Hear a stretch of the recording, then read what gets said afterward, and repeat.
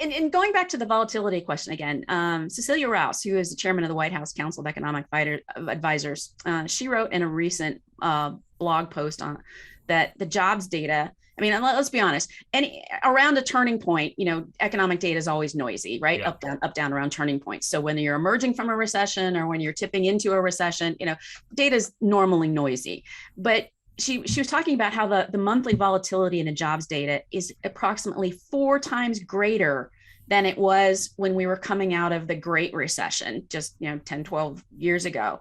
And she wrote that right now, job growth in one month is less predictive of job growth the next month than it has been in the past. Is there a reason between, because the Great Recession, that was hugely disruptive. Yeah. And that was seemingly longer lasting. And yet, here we are trying to emerge very quickly from a very deep but very quick recession, and yet volatility is just so much greater. I'm wondering if it goes back to the whole, data collection method, and if people are working from home and maybe BLS can't reach the people that they're supposed to be reaching because people are working from home. Is that it, or is there just something even more nefarious afoot?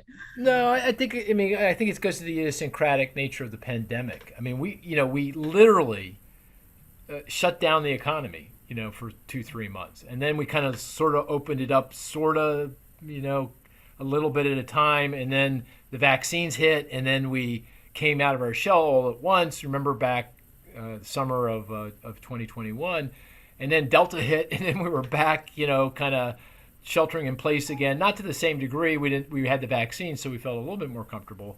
But those shutting the economy down, opening it, shutting the economy down, opening it, creates this massive volatility in what's going on in the economy. And I just think the financial crisis and Great Recession, that was a doozy of a recession, but it was kind of more of a classic business cycle on steroids, admittedly, but it was a more classic kind of business cycle, and we understand how things unfold. This was just off the charts different, right? Very, very different kind of hit to the economy. And then this was global in orientation too, so it's just everywhere on the planet, and the virus is unfolding in different parts of the world at different times and doing different things to different parts, and it's creating damage to our economy through supply chains and financial markets and everything else. So I think it goes to the idiosyncratic nature of the shock we were suffering. It was just hit the demand side of the economy, the supply side of the economy. It was just very, very difficult to kind of navigate through because of the nature of the shock we've been suffering. So I think we've pretty much really laid out the nexus of the problem. Oh, can I mention one other thing? Yes, sir. Now that you just dawned on me, another feature of this period that complicated things, I think, and created a lot of volatility is the government response, right? I mean, we had pretty significant response, monetary and fiscal, in the financial crisis, but what we got here was orders of magnitude more massive.